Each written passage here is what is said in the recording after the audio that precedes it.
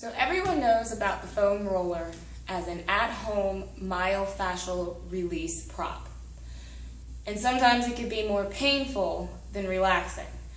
But in Pilates, we can also use it as a vital prop to teach you about spinal symmetry as your abs engage. So you can start laying out the roller lengthwise, sitting up straight, rolling down one bone at a time, trying to keep that roller nice and still. And as it wobbles, you kind of get a gauge of where your pelvis likes to favor. You want to make sure that your head is supported, so I'm going to scooch on down. And just like a stability ball, the wider your feet, the easier it's going to be, the more of a base you have. The narrower your feet, harder it's going to be. Maybe you get a little bit more wiggling. But the wiggling is good feedback, letting you know, are you falling to one side? Are you collapsing to one side? It really lets you know.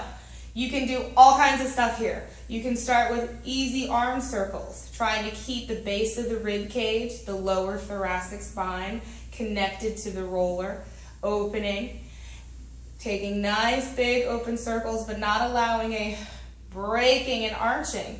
So the arms don't need to go lower than you necessarily. You can plant the arms down on the floor, but if you have tight neck and shoulders, I suggest taking yoga blocks or really big books and placing them hip level so that you can have your hands on the same level and not strain so much, okay? My shoulders are pretty open so I can get here. You can test out balance of your pelvis, working your abs, lifting one leg at a time. You can coordinate, same arm as leg. Ooh, this gets tricky on this side. Same arm as leg. You can work oppositionally across the torso, keeping balance, reminding that the leg that doesn't move is a stabilizer.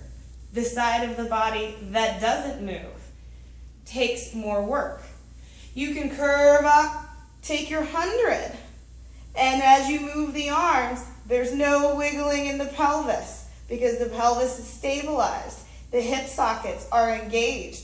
I actually have my feet pressing down into the ground and slightly pulling on the ground as well as I reach through the arms to curve up. You could take the entire stomach series, one knee to your chest, other knee to your chest, and yes, I am holding. Single leg stretch, breathing in for 2 and out for 2. The double leg stretch, in and exhale. Inhale out and exhale in.